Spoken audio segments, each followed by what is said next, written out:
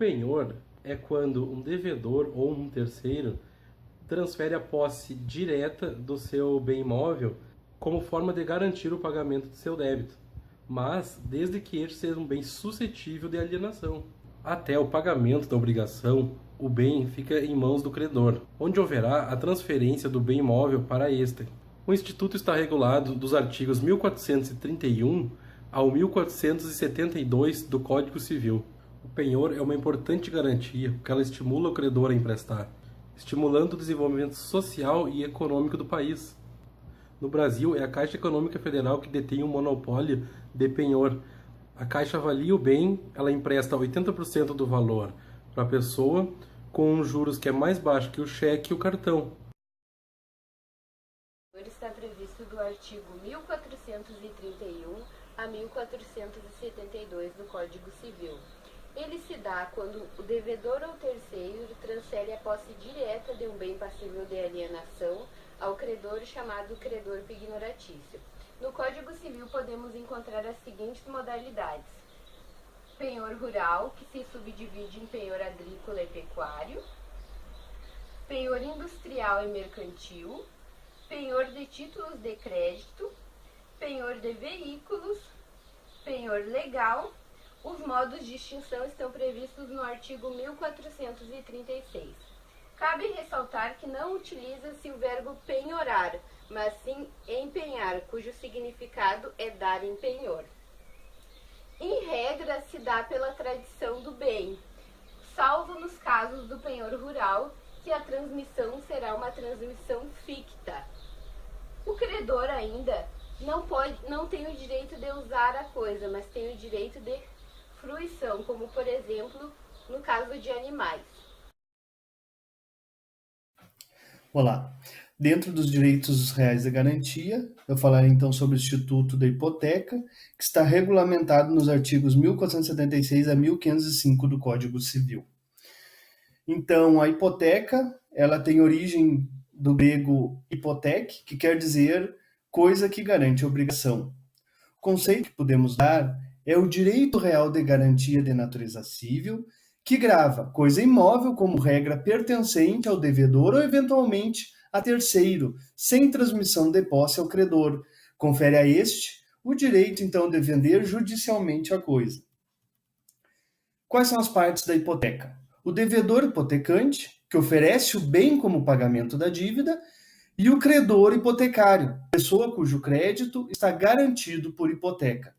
As características principais da hipoteca são a que tem natureza acessória, que é a dívida principal, é indivisível, subsiste, mesmo que for paga em parte a dívida, exige publicidade e especialização. Nesse caso, a especialização vai ser a especificação do bem que se pretende dar à hipoteca.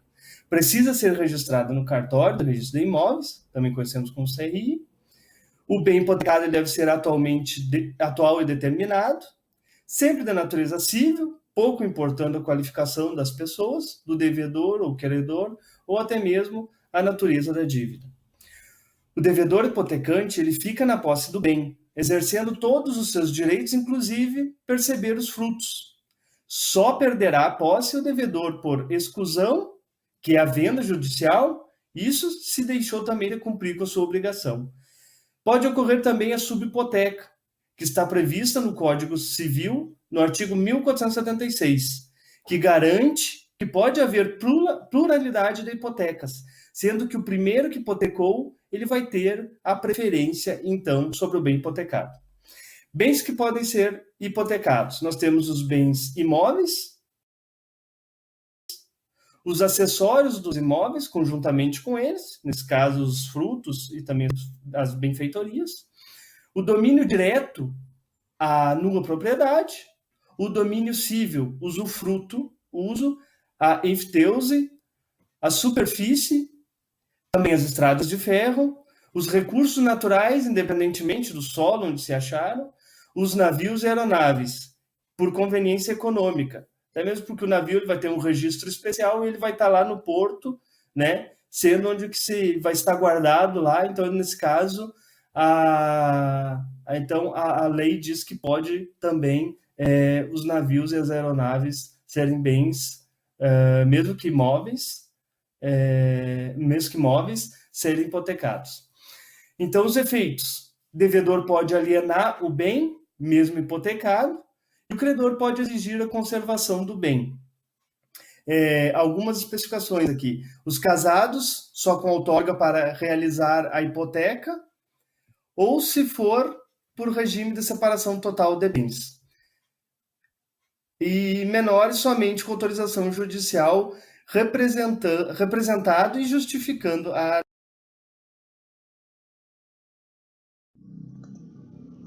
Meu nome é Carolina Vasconcelos. Eu vou tratar sobre os artigos da hipoteca, os quais estão previstos no título 10, capítulo 3, do artigo 1473 ao artigo 1505 do Código Civil.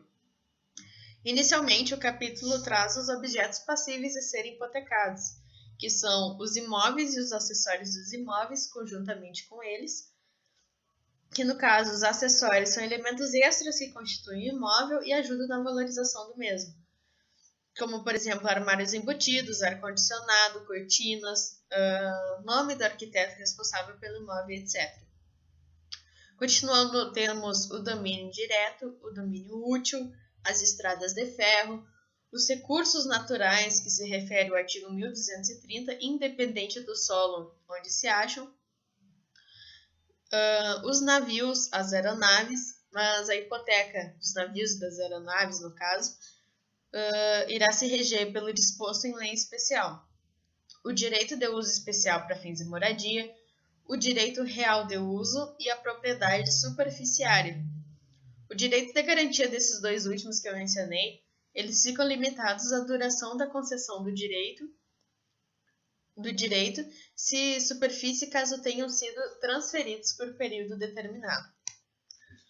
O artigo 1474 traz que a hipoteca abrange todas as acessões, melhoramentos ou construções do imóvel. Subsistem os ônus reais constituídos e registrados anteriormente à hipoteca sobre o mesmo imóvel. Artigo 1475. Traz que anula a cláusula que proíbe o proprietário a alienar imóvel hipotecado, mas pode ser convencionado que, caso o imóvel seja alienado, vencerá o crédito hipotecário. Artigo 1476. O dono do imóvel hipotecado, ele tem a possibilidade de constituir outra hipoteca sobre o mesmo, desde que com novo título, podendo ser em favor do mesmo credor ou de outro.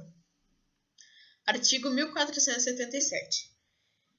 Esse segundo credor da segunda hipoteca, ele não pode executar o imóvel antes de vencida a primeira, mesmo se estiver vencido. A exceção é se houver insolvência do devedor. E aqui não se considera insolvente o devedor por faltar ao pagamento das obrigações garantidas por hipotecas posteriores à primeira. Se o devedor ele tiver duas garantias hipotecárias e no vencimento ele não pagar a primeira, o credor da segunda pode citar o primeiro credor a receber o valor da dívida paga por ele, subrogando-se nos direitos da hipoteca anterior. E caso o primeiro credor esteja promovendo a execução da hipoteca, o segundo credor vai depositar a importância do débito e as despesas judiciais. Artigo 1479. Se um terceiro adquirir o imóvel hipotecado, ele pode se desligar da hipoteca, abandonando o imóvel, exceto se ele se obrigou pessoalmente a pagar as dívidas aos credores hipotecários. Artigo 1480. O terceiro que adquirir o imóvel vai notificar o vendedor e os credores, atendendo conjuntamente a posse do imóvel, ou ele depositará em juízo. O adquirente ele tem a opção de abandonar o imóvel em até 24 horas seguintes à citação, iniciando assim o procedimento executivo. Artigo 1481. O adquirente do imóvel hipotecado tem o direito de resgatá-lo dentro de 30 dias, contado do registro do título aquisitivo, citando os credores hipotecários e oferecendo uma importância não inferior ao preço a que ele adquiriu. Caso o credor ele impugne o preço para aquisição ou a importância oferecida, vai haver uma licitação fazendo a venda judicial para quem ofereceu o maior preço, com preferência ao adquirente do imóvel. Se o credor não impugnar, será fixado para a remissão do imóvel, ficando livre da hipoteca quando for pago ou depositado o preço.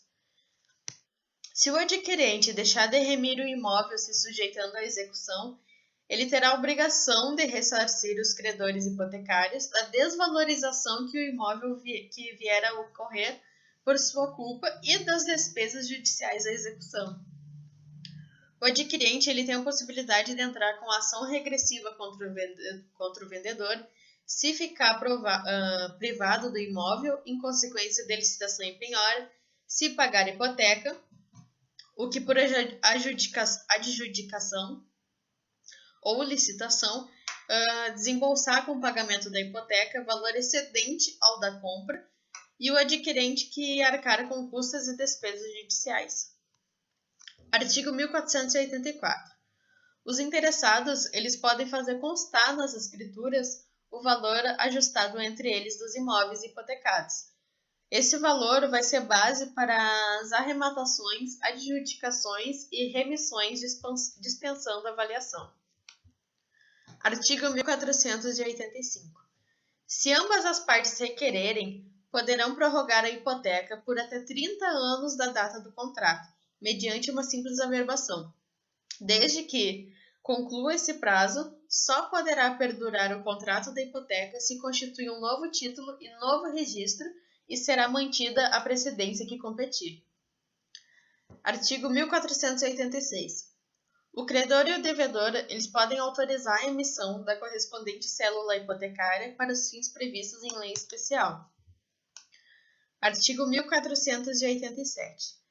A hipoteca pode ser constituída para garantia de dívida futura ou condicionada, desde que seja determinado o valor máximo do crédito a ser garantido.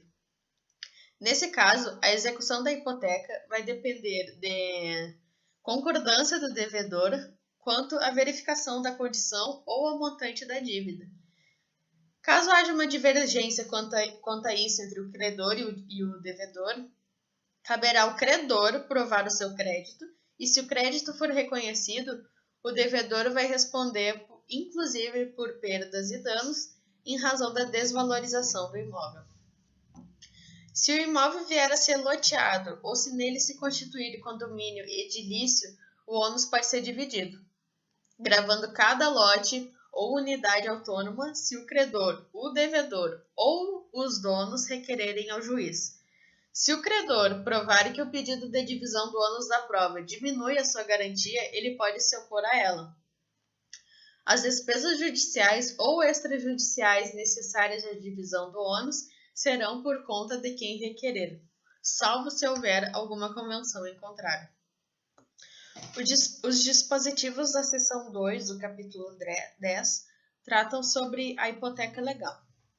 O artigo 1489 apresenta situações em que a lei confere a hipoteca, que no caso é a chamada hipoteca legal, que são as pessoas de direito público interno sobre os imóveis que pertencem aos encarregados da cobrança, guarda ou administração dos respectivos fundos de renda, aos filhos sobre os imóveis do pai ou da mãe que se casaram novamente antes de fazer o inventário do casal anterior, ao ofendido ou aos seus herdeiros sobre os imóveis do delinquente para satisfação do dano causado pelo delito e pagamento das despesas judiciais, ao coerdeiro para garantia do seu quinhão ou torna da partilha sobre o imóvel adjudicado ao herdeiro reponente, e ao credor sobre o imóvel arrematado para garantia do pagamento do restante do preço da arrematação.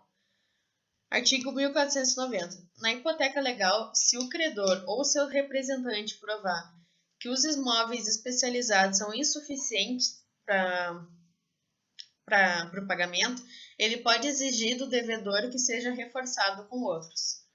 Artigo 1491. A hipoteca legal ela pode ser substituída por caução de títulos da dívida pública federal ou estadual ou por outra garantia a critério do juiz a requerimento do devedor. A seção 3, ela traz o registro da hipoteca. Artigo 1492. As hipotecas elas serão registradas no cartório no lugar do imóvel, cabendo aos interessados requererem o registro da mesma. Os registros e averbações serão pela ordem em que forem requeridas. Artigo 1494. Não é permitido registrar no mesmo dia duas hipotecas ou uma hipoteca e outro direito real sobre o mesmo imóvel para pessoas diversas. Somente é possível isso se as escrituras indicarem a hora em que elas foram lavradas. Artigo 1495. Caso se apresente ao oficial do registro título da hipoteca que mencione outra anterior, mas que não esteja registrada, se abrirá um prazo de 30 dias para o interessado inscrever a precedente. Se isso não for feito, a segunda hipoteca será registrada e obterá preferência em relação à primeira. Artigo 1496. Se o oficial tiver dúvida do registro requerido e em 90 dias ela for improcedente, o registro será com o mesmo número que teria na data da pré-anotação há 90 dias. Se a suspeita for procedente, será cancelada e o registro será com o número correspondente à data que for requerida novamente. As hipotecas legais elas deverão ser registradas e especializadas, isto em função de quem está obrigado a prestar a garantia, mas pode também ser promovida a inscrição pelos interessados ou pelo Ministério Público se for solicitada a eles. Cabe perdas e danos por omissão a quem tiver o dever de registro e especialização e não o fizer. Artigo 1498. O registro da hipoteca vale enquanto a obrigação perdurar, mas a especialização deve ser renovada quando completar 20 anos. A seção 4 começa com o artigo 1499, apresentando as formas de extinção da hipoteca, que se dá pela extinção da obrigação principal, pelo perecimento da coisa, pela resolução da propriedade, pela renúncia do credor, pela remissão, pela arrematação ou adjudicação e com a averbação no registro de imóveis do cancelamento do registro, fazendo assim a devida comprovação. A hipoteca que for devidamente registrada não se extingue pela arrematação ou adjudicação sem que se tenha notificado judicialmente os credores hipotecários que não forem partes na execução. E, por fim, a seção 5 trata da hipoteca de vias férreas. O artigo 1502 traz que o registro das hipotecas sobre as estradas de ferro será feito no município da estação inicial da linha. Os credores hipotecários eles não podem interferir na exploração e modificação da linha que a administração deliberar. Artigo 1504. A hipoteca será sobre as linhas especificadas na escritura e o respectivo material de exploração, no estado em que estiver ao tempo da execução. Os credores eles poderão se opor à venda da estrada, das linhas, dos seus ramais ou de parte considerável do material da exploração. Poderão se opor também à fusão com outra empresa se a garantia do débito enfraquecer por conta disso. E artigo 1505, para finalizar, traz que na execução o representante da União ou do Estado vai ser intimado para dentro de 15 dias resgatar a estrada de ferro hipotecada, pagando o preço da arrematação ou da adjudicação. Bom dia, professor Pietro. Meu nome é Cláudio. Nosso grupo, então, apresentará um trabalho sobre direitos reais, penhor, anticrese e hipoteca. No primeiro momento, apresentaria o conceito e um exemplo de anticrese. Anticrese é uma palavra de origem grega que significa uso em lugar de ou uso contrário. Segundo a autora Maria Helena Diniz, a anticrese é um direito real sobre um bem alheio imóvel, no qual o credor possui o bem, a partir de então ele retira dali os frutos para o pagamento dessa obrigação.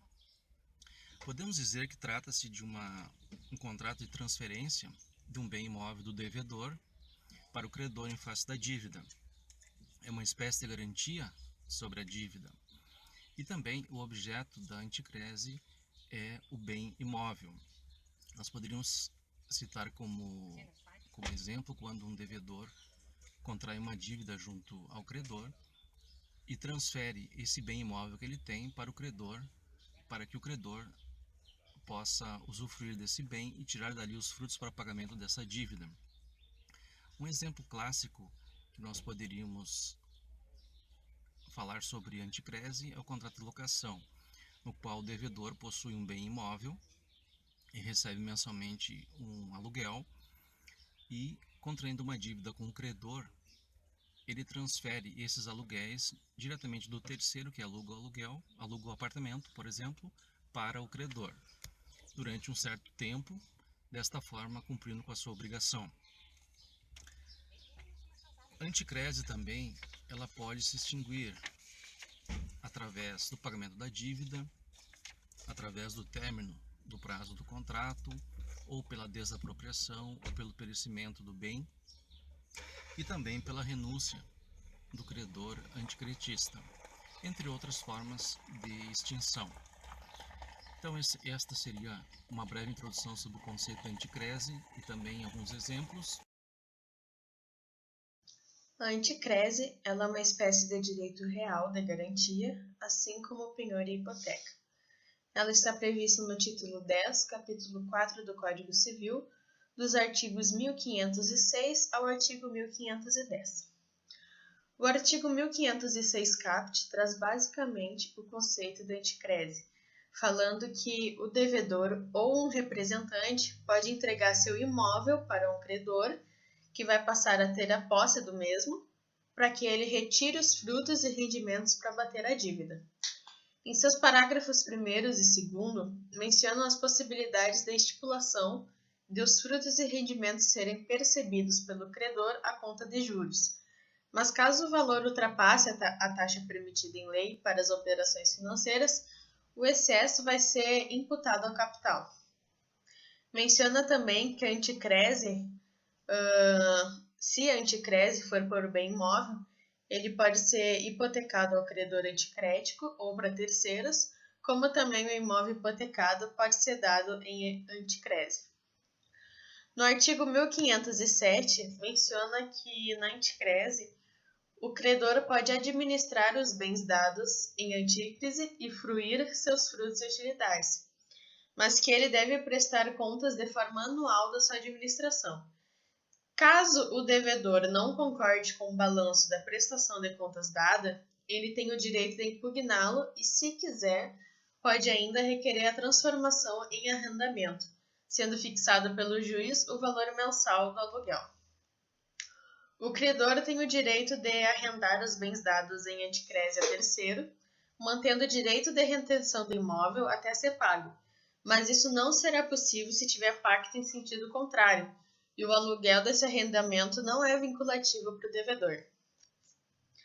O artigo 1508 traz que o credor responde pelas